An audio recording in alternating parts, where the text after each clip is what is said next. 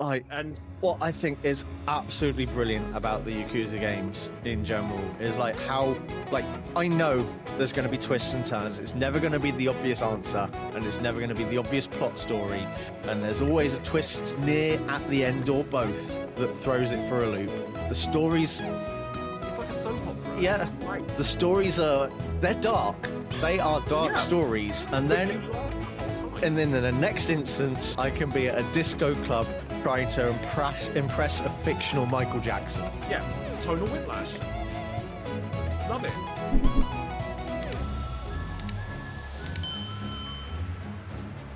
And welcome back to Side Quests and Save Points, where the main quest is still abandoned somewhere in a dusty journal, and the real loot with the bad takes we started to make along the way.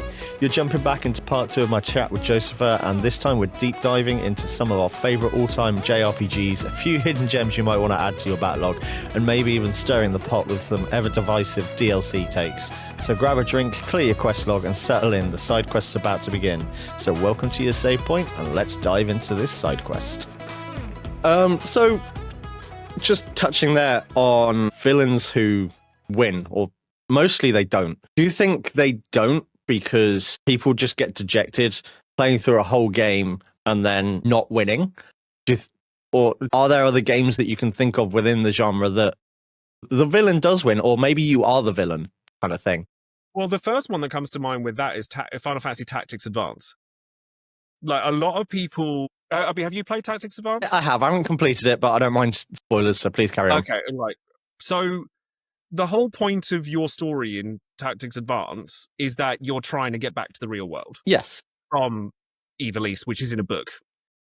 However, to do that, you have to re-cripple your brother, who in the fantasy world is not stood crippled. on his own two legs, absolutely fine, going out, he's super happy, and you're fighting against your friend who has an alcoholic father, his mother's passed away, but in this fantasy land, he has his family all together.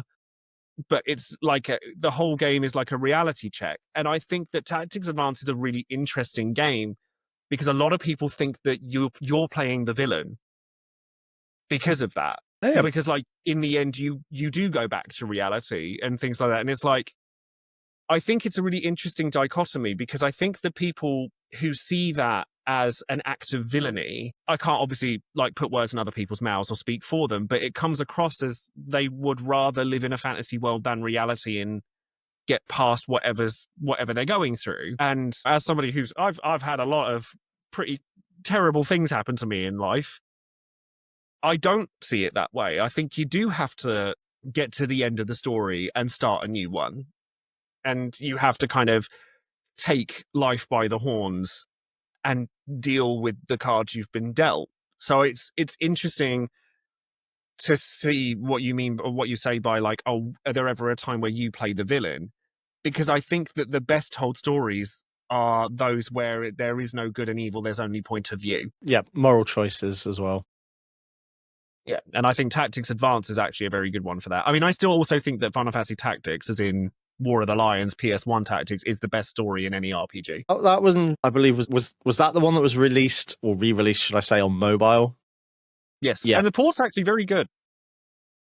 If you haven't played it, it's actually very good. The touchscreen works really well for it. So, outside of Final Fantasy, what are your RPG go-tos? Which series, games? I love a Dragon Quest. Chrono Trigger. I only played Chrono Trigger for the first time in 2020 because I did a charity event where I wanted to play all of Chrono Trigger in one shot. And I did a 24-hour stream, and it was for the British Red Cross because it was to raise money for mental health awareness over COVID, because I had a really bad time over COVID. I went full hypochondriac, the whole shebang. So I did this charity stream, and I wanted to play a classic game that I'd never gotten to play. So I played Chrono Trigger, and it's now one of, if not my favorite games ever, because it, again, much like we were talking about with Pokemon Gen 1 and 2, timeless.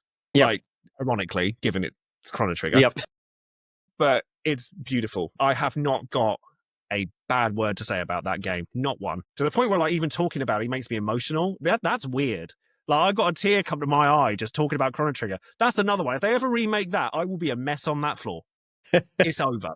and they're celebrating its 30th anniversary at the minute and talking about all these projects they want to do. They will kill me if they do anything drastic. It will kill me. Other ones that I really World Ends With You. Yep. That's a good go-to. Trying to think of other ones now. I like a lot of tactical RPGs, like grid-based tactics games. Like I used to. Did you ever play Onimusha Tactics on the I GBA? have not. That was actually a surprisingly good one. One of the first Pokemon games I did play actually was Pokemon Conquest. I'm not familiar with that. I have it on my shelf. Hold on. This one. This is a tactics RPG, grid-based tactical RPG that is the Pokemon franchise, but set in feudal Japan. So all of the characters that you know, like Nobunaga, Mitsuhide Akechi, all of that, they all have partner Pokemon. And it's really good. Yeah. Really enjoyed that one. Yeah, there's a... Bringing up the Wikipedia page of it, there's the in-game profile of each of the, I'm guessing, the key people, as well as what historical reference they are referencing with that character. And there's a lot. I think it's really well crafted. I think it's a really well crafted game. That might have to go on my buy list. It's good. Should have probably said I'd emulate it if you can. It's like £100. I like Shin Megami Tensei, but I don't like Persona, which people think is weird. Again, gameplay focused, endless cutscenes. A lot of people love Persona. Love that for you. I like SMT. Loved SMT5 Vengeance. Really enjoyed that. I've actually become a really big fan of the Yakuza series. Yes. I've just finished the platinum for Pirate Yakuza in Hawaii. Okay, I have not played that yet. It's fun. It's not the best one out there. So I have played all of them with the exception and the feudal one and the other one that came out at a similar time. Not the man. Oh, the man who erased his name. Not that one. The other one that featured. If you haven't played that, you need to. No, I've played that one. Oh my god, the ending of that game. I mean, yes. I used to be a stone cold person. Never cried at nothing. I swear, in the last few years, I've just become a mess. Infinite Wealth. The ending of that game destroyed me. Yeah, Infinite Wealth is the Like a Dragon one I haven't played yet, so I need to... We're playing that now. Like, I shouldn't really have played Pirate Yakuza first, because it kind of spoils bits of Infinite Wealth, but I wanted to play it. But yeah, we're playing through Infinite Wealth now. I think that those games actually nail something else I really enjoy about what I consider to be a really strong RPG. It's tonal whiplash. Where you're sitting there, like Dragon Quest is also brilliant at this, where you're like, this is funny, this is light, this is breezy, I'm laughing, why am I crying now? Dragon Quest 11 did that to me 3 times, at 3 different occasions. 2 of them involved Rab. Like, what I think is absolutely brilliant about the Yakuza games in general is like how, like, I know there's going to be twists and turns, it's never going to be the obvious answer, and it's never going to be the obvious plot story. And there's always a twist near, at the end, or both, that throws it for a loop. The stories... It's like a soap opera. Yeah, it's great. The stories they're dark. They are dark stories. And then you laugh the whole time. And then in the next instance, I can be at a disco club trying to impress a fictional Michael Jackson. Yeah. Tonal whiplash. Half the content for those games are in the side quests, and I love it. See, I like some of the side questing. I get tired of it.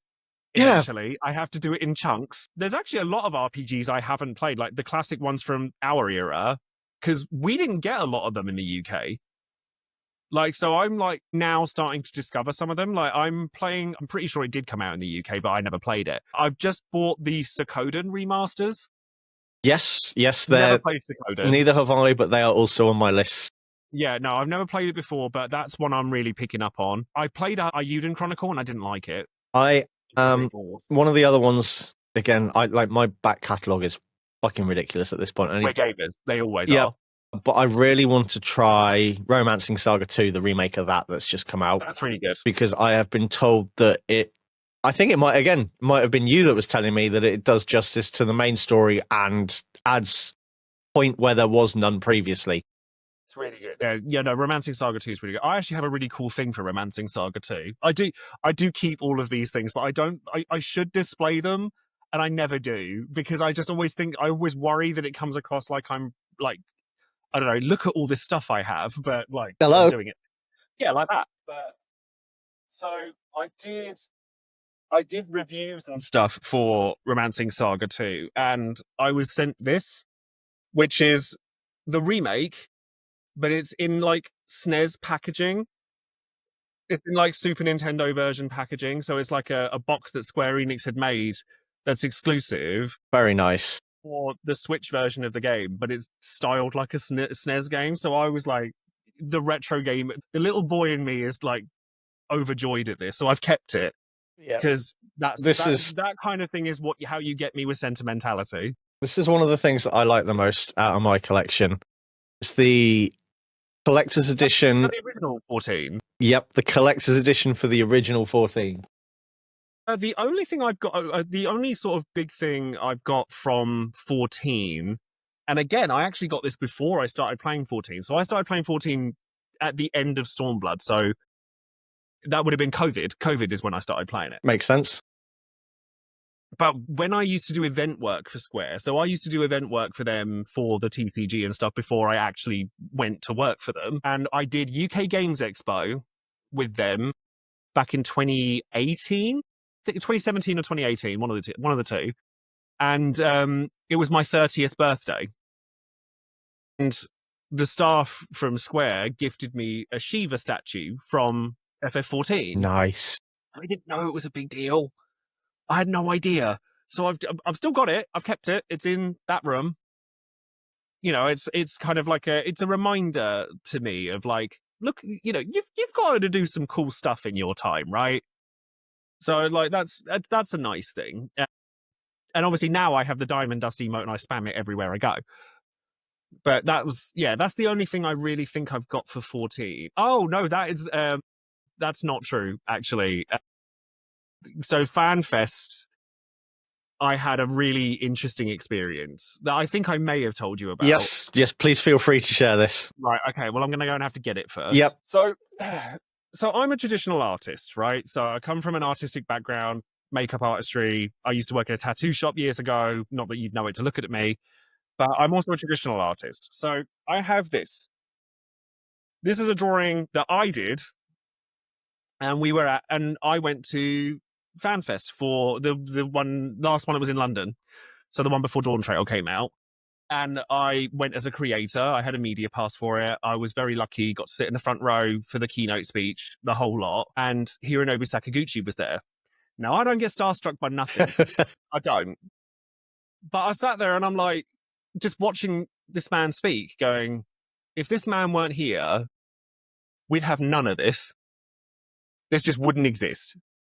So I was a little bit like, just not starstruck, but in awe of, and I just like feel with respect for this man. And I would, you know, when I'm in these events and stuff, I like to draw, because it's something that like ties a memory to where I'm at that time. So I was drawing Warrior of Light from the FF14 version, who has my favorite quote in all of Final Fantasy, all in all of RPG history, actually. That is the Reigns have ceased, that one.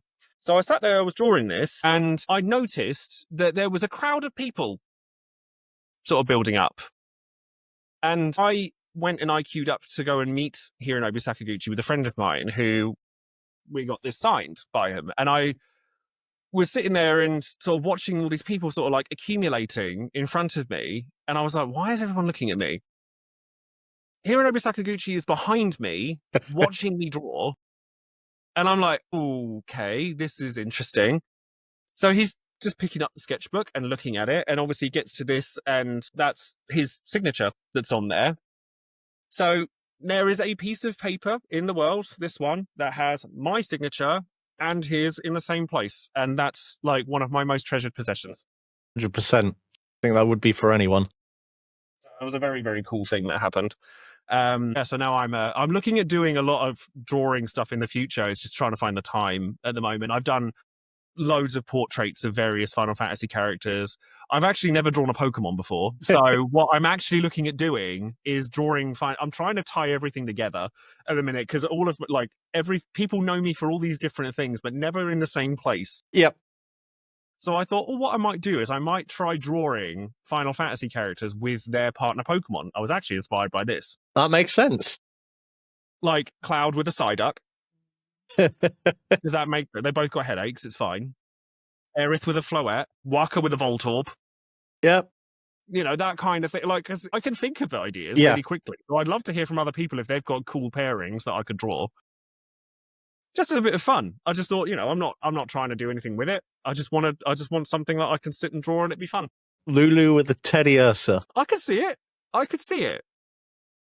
Yeah. That was what my brain instantly went to. Vivi with a Chandelure.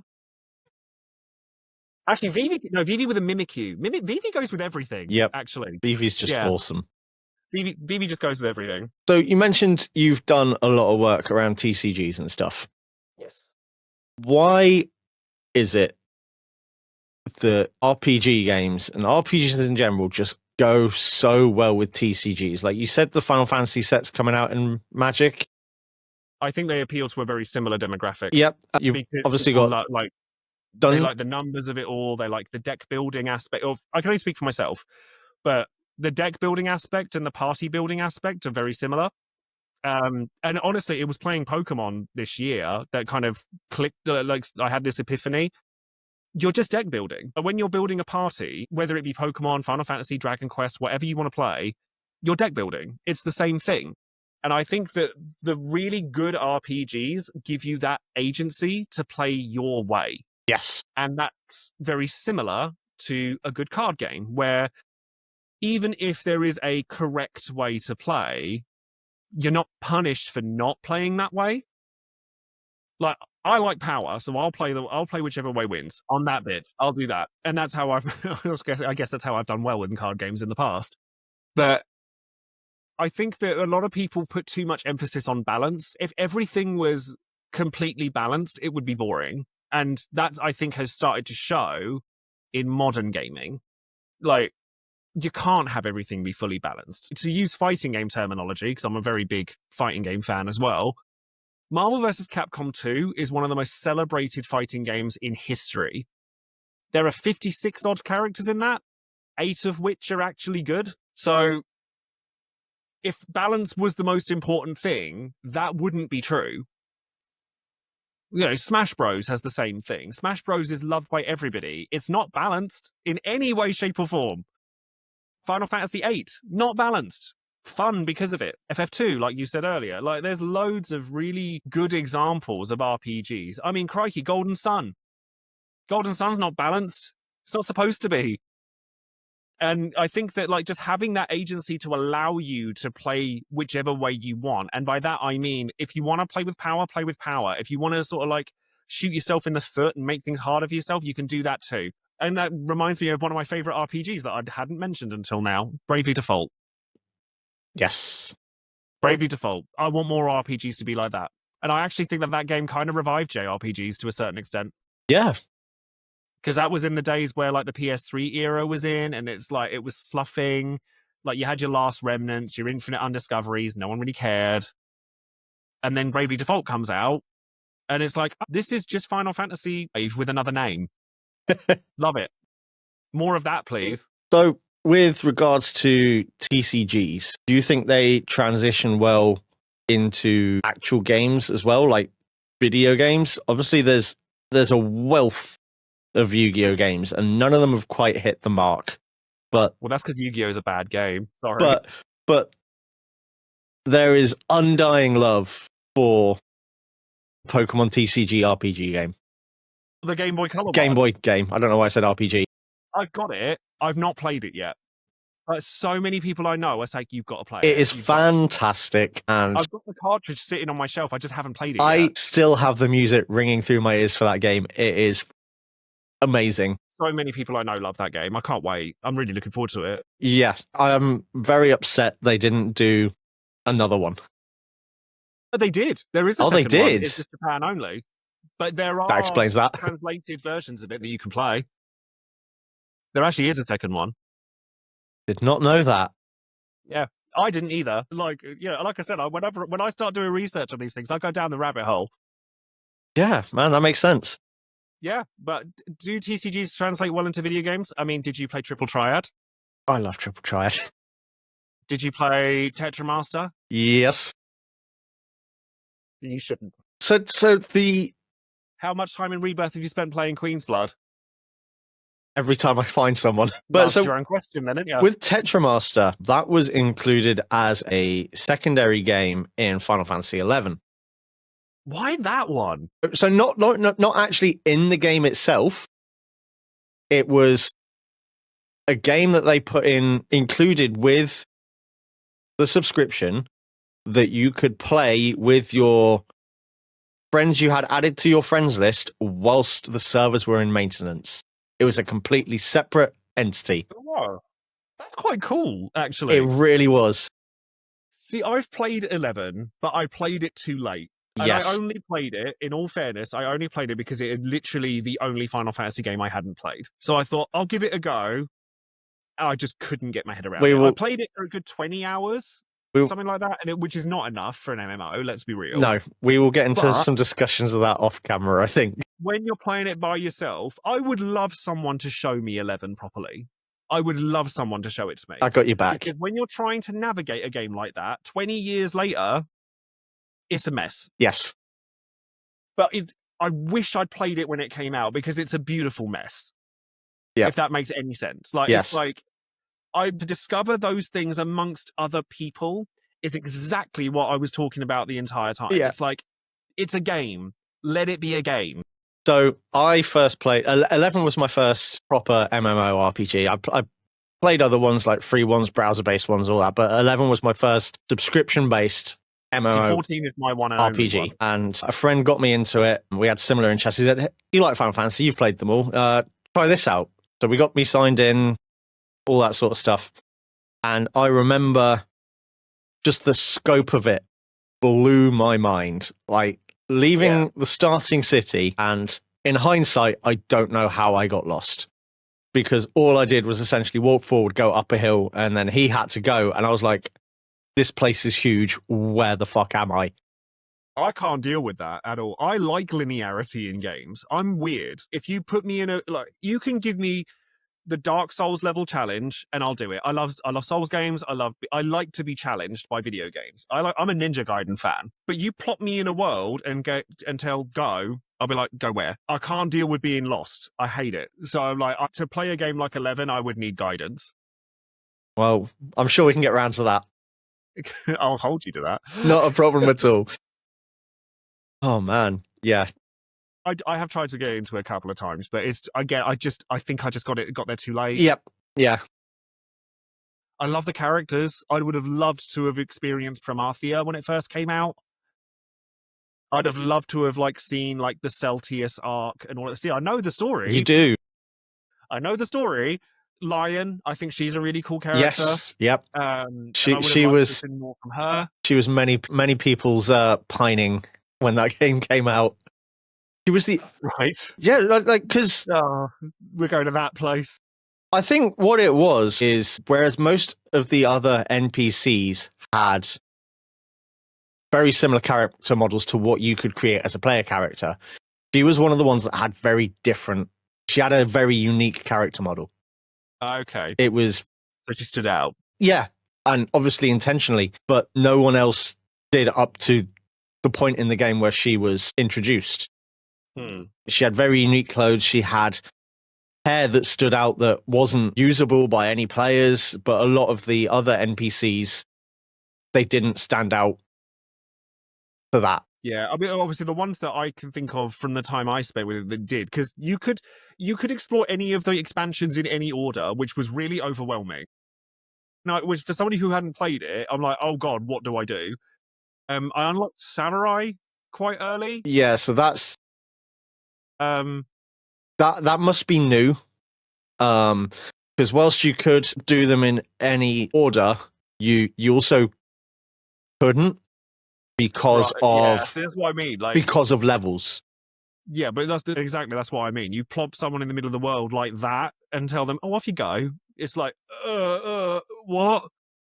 I ain't got a clue. Ayame, I thought was cool. Yes, I liked her, and I hate that I know the ending. like how it ends and how she addresses the player at the end and stuff. I hate that I know that because I wish I didn't. I wish I'd gotten to experience it at the time. But you know her 90%. This is right. If it's not, I'm going to edit it out. Is it her tying in 14 as well? Yeah, she does have one. I mean, I discover a lot of the characters through the TCG, the mobile titles, and like the spin-off stuff. So then whenever I see a character that I hadn't experienced, like, have you played any of the Crystal Chronicles games? I picked it up with the intention to play the new one, the remake, and Play that one. I just haven't played it. Yeah, don't play that one. That one's bad. Again, fun fact, I did a review of that game before it had been released, and Yeah. I didn't know the multiplayer was broken because I had a review copy of it. So I was just playing it by myself because that's all I could do. And I'm like, yep, it's just like the original.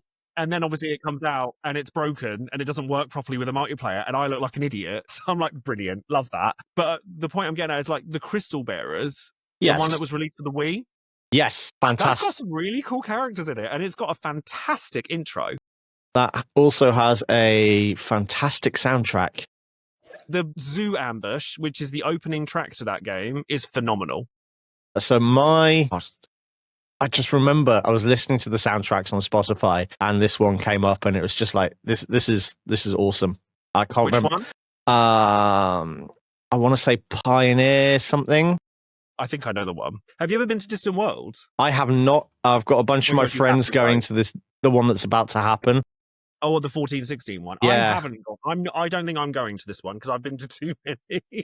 Yeah, no, I've done 4, and I've done 2 of the piano concerts, which are really lovely as well. If you Crystalline something, it's a piano concert, or like held with like a quarter orchestra at Royal Cadogan Hall. Pioneer Spirit. Sorry, I've just looked it up. Yes, I do know that one. I think that's Kais's theme, possibly.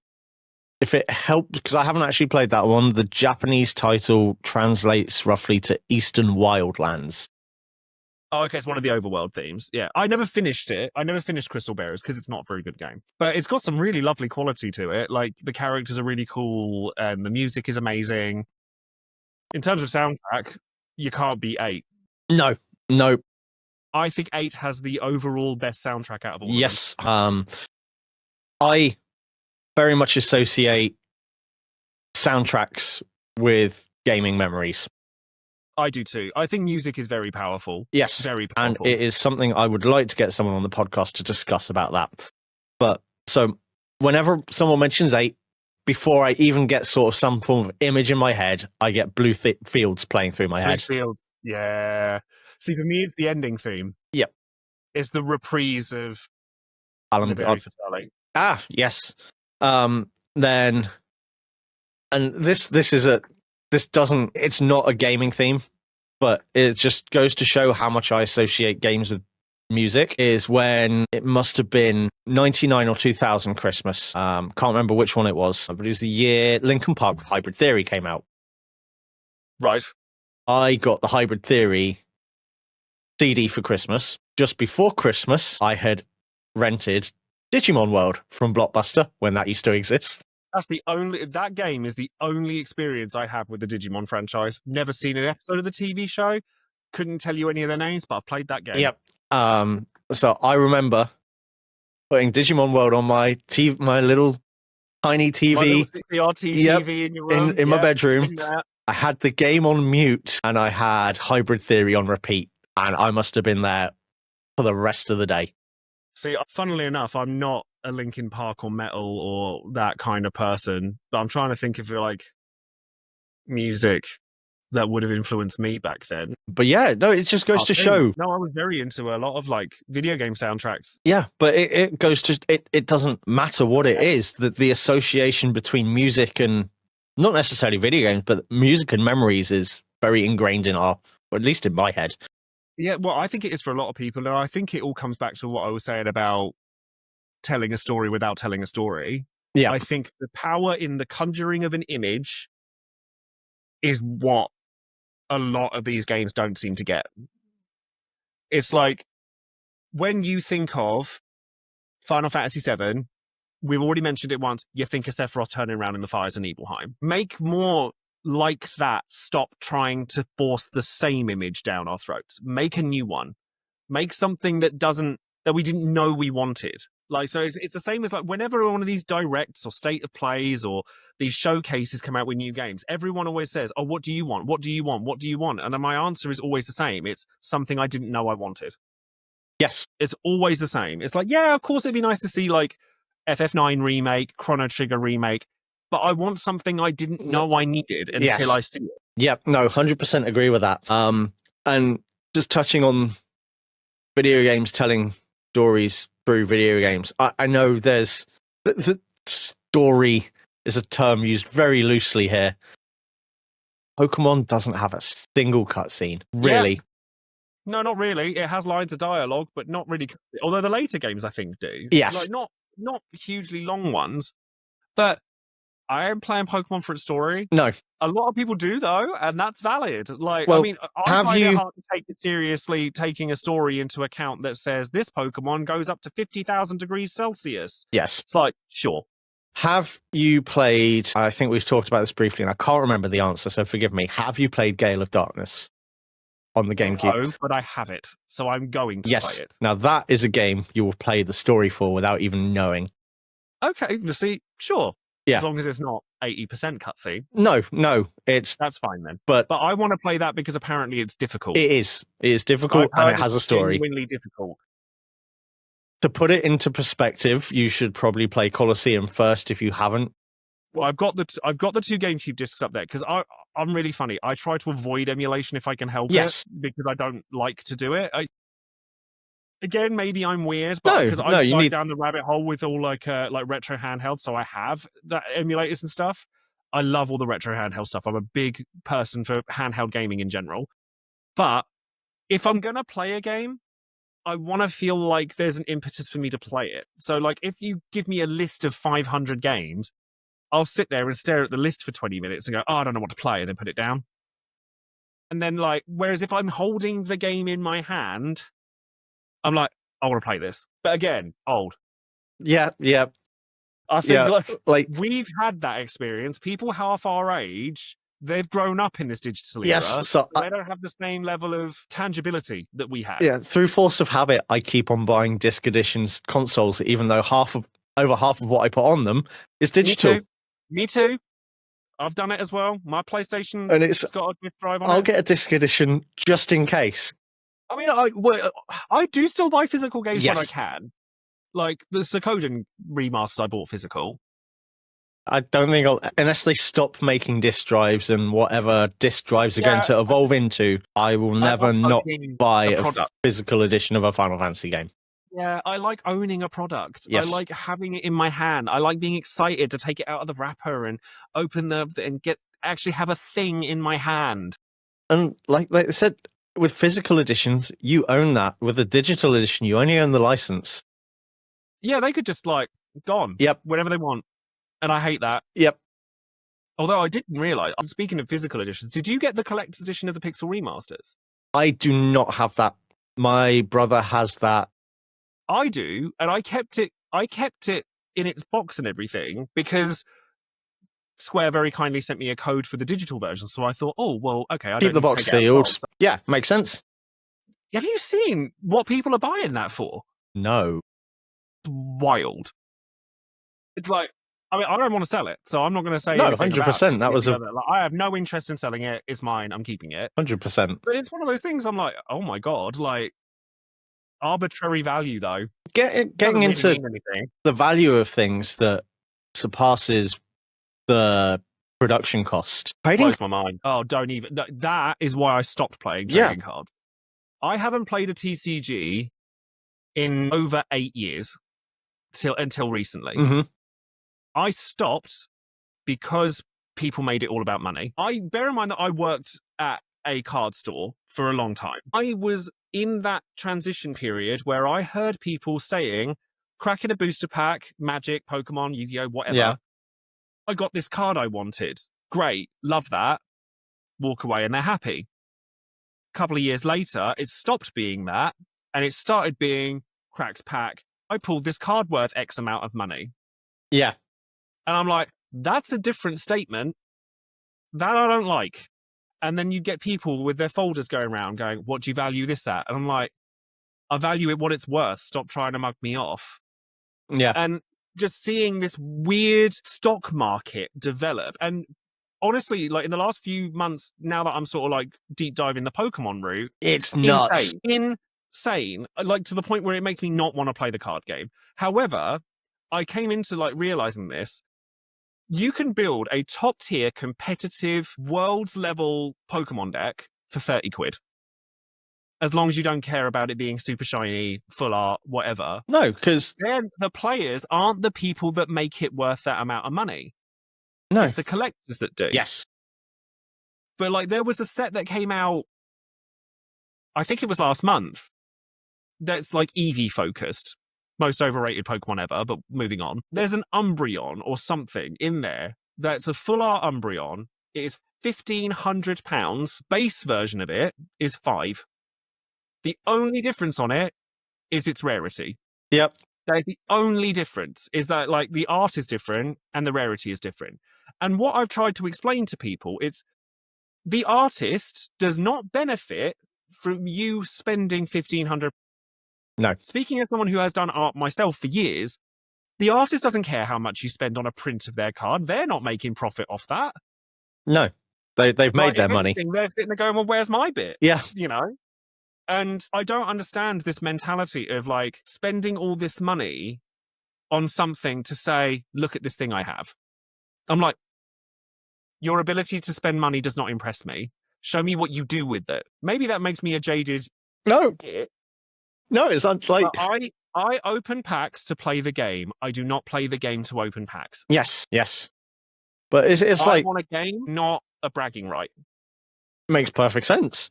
I mean, If you put two people next to each other in any competitive environment, and you have the guy that spent the most money on their deck, loadout, whatever, and the person that won the event, I know which one I'm talking to.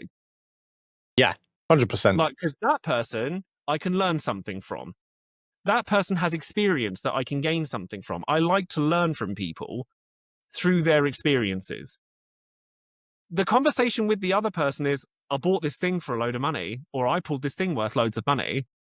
And then I'm like, yeah, then what? And it was the same with the gacha games, because I used to do a lot of coverage for Dissidia Opera Omnia, Yep. which was the thing that blew my YouTube channel up to begin with. And every stream, and I had 200 people in those streams. They'd be there for 5 minutes because they'd come in, they'd ask 2 questions. Did you pull for this thing? How much did it cost you? And then they'd leave. So I was like, that's depressing, because I would spend all this effort working out what the character did, what the weapons did, where they were useful, how to beat the boss that came with them, all of that stuff. But no one cared. People would just be like, oh yeah, but how much did it cost you though? And I'm like, why does that matter? Why do you care how much somebody spends on something? It's none of your business. Well, in that same vein, and you'll appreciate this as someone that likes fighting games. Why? I know why. It's a business decision and it makes perfect sense. But why did games being about unlocking things and start become about buying things? I remember playing Tekken 3. If I There's wanted a twofold reason for that. I wanted all the characters, so I've got to play as the other characters to unlock those characters. I didn't have to buy a DLC. I didn't have to buy a second disc. I didn't have to buy a subscription. I had to work for it. The trouble is the fighting game community is very split. Like, not so much now because one half of it doesn't really exist anymore, but the casual crowd loves that kind of thing, and the competitive crowd hates it. They want to be able to just play everyone from the beginning.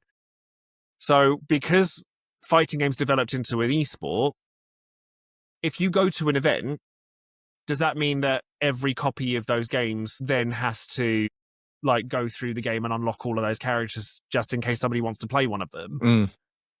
But a lot of them... Yeah, I agree with you for what it's worth. I think you could easily put a dev code in there to unlock everything. I agree with you for what it's worth, but that is, I think, a part of it. And obviously, in this day and age where everything is live service and the most important KPI for a lot of video games is player retention, you got to keep people interested. When it comes to DLCs, not by all means, not all developers but there's a few that you feel like they're releasing the game, you're buying the game, but then stuff that should have been in the game to start off with is being sold as a DLC.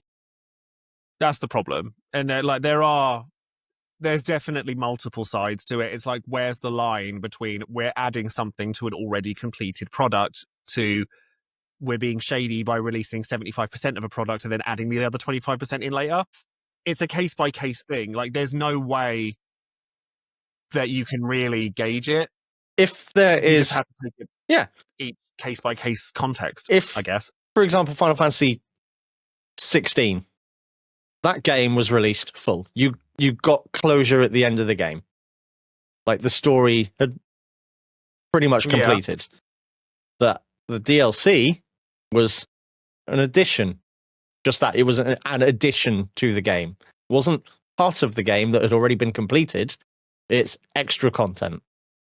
But I'm sure there are people out there that think that should have been there from the start, because Leviathan is a big thing for like gameplay purposes, at the very least. Like, there are unlockable things that you wouldn't have had otherwise.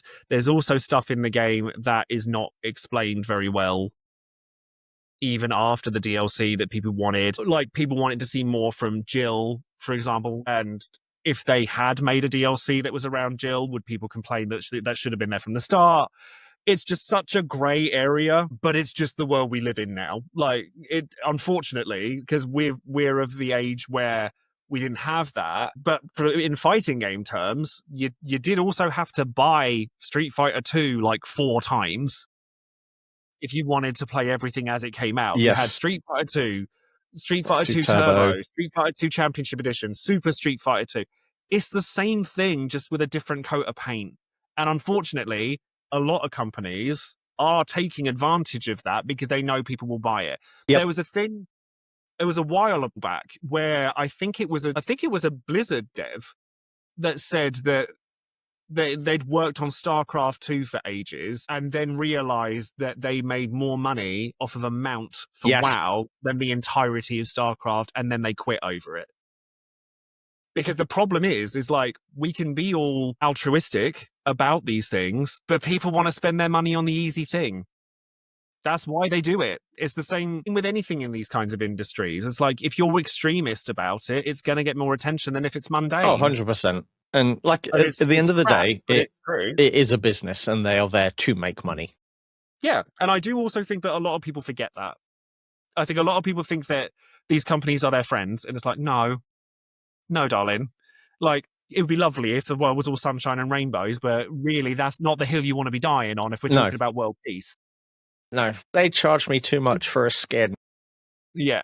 It's like, yeah, so don't buy it then. Yeah, well, that's my take. If there are add-ons in-game shops or whatever, in my opinion, they should just be cosmetic, because people would still pay through the nose for it, and it doesn't detract from anyone else's gameplay. I think there are examples of DLC that are really strong. Intergrade? Yes. Should that have just been there from the start? Because I don't think they could. I don't know if that's because it wasn't developed yet, but... Worse, because you have 2 choices at that point. They either release it as DLC later, or you wait another year for the game. But I believe they also made it... Did they also make it free for certain editions? Possibly, yeah. But I use it as an example of, like, there are DLCs that aren't shady. They're not like that. But there are enough of them that are. That it puts a bad name on everything else. Yeah. Yeah. So it's like, I agree with you 100%, but it's the same as anything in life where, yeah, something can be done for a good reason, but that good reason can get warped really easily, and they're the things that people will focus on. Yeah, well, that's the same in most cases, no matter what the subject. But yeah, man, so that's just a minefield to get into. I think that's a good place to leave that. In-game purchases. Fair. Yeah, so I have just a couple more questions for you. I say that, just one before you go into a little bit more about you. Okay. So this is going to be something that I asked to everyone on the podcast. Okay. And I've got Rin's answer, obviously. I've got another answer, and they vary greatly. So I'd like to see where you fall in this. If you could take an NPC out from a game on like a date for a real world activity, just to caveat, this can be a real world activity or an activity from the game world they're in, who would you take out for that activity and what would that activity be? Balthier for a drink. Easy. Yep. That guy's got stories to tell. He and I wanna does. hear 'em. Now, would you go for a drink in Ivalice or would you bring him to an English pub? Yes. An English pub in Ivalice. Yes. Man, that I want to see that bar brawl kick off. Easy. No questions asked. Balthier. fantastic answer. If Fran wants to tag along, she's welcome. Don't disagree with that in the slightest. Yeah, she's cool. But yeah, so if you just want to maybe tell the peoples where they can find you, again, all links will be included in the description below.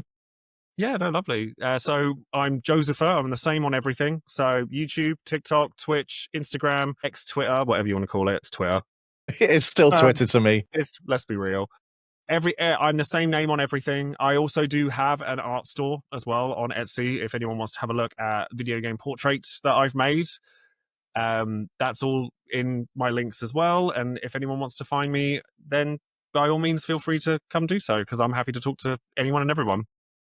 Fantastic. Well, a huge thanks to Joesephyr for joining me today. It's not every day you get to talk RPGs with someone who can deep dive genre mechanics and still get emotionally attached to a level 3 Pidgey. Whether you're a seasoned adventurer, whether you're a seasoned adventurer or you've just been here for the chaos of someone discovering magic harps don't actually do much, we hope you enjoyed the ride today. Next time, I'm going to be joined by Grimsaber, who's a creator who is not actually an RPG creator. He is an anime and manga creator. So we are going to touch on the influence of anime and manga on RPGs and vice versa, because there's a lot of crossover there, and it's going to be something not usual that we're diving into. If you want to keep the party going, follow the show, leave a review, and tell your friends we're not just another fetch quest. Come hang out in the Tavern Discord where all conversations are lively, memes are cursed, and we're always hoarding potions we're never going to use, because let's be honest, we all do that. And of course, once again, What you're about. a big thanks to Joesephyr. You'll find all his links in the description below, right where the loot usually drops. And for now, we have reached our save point. See you next time, and remember, every great adventure starts with a side quest. Thank you so much, guys. Thank you for having me. Bye. Bye.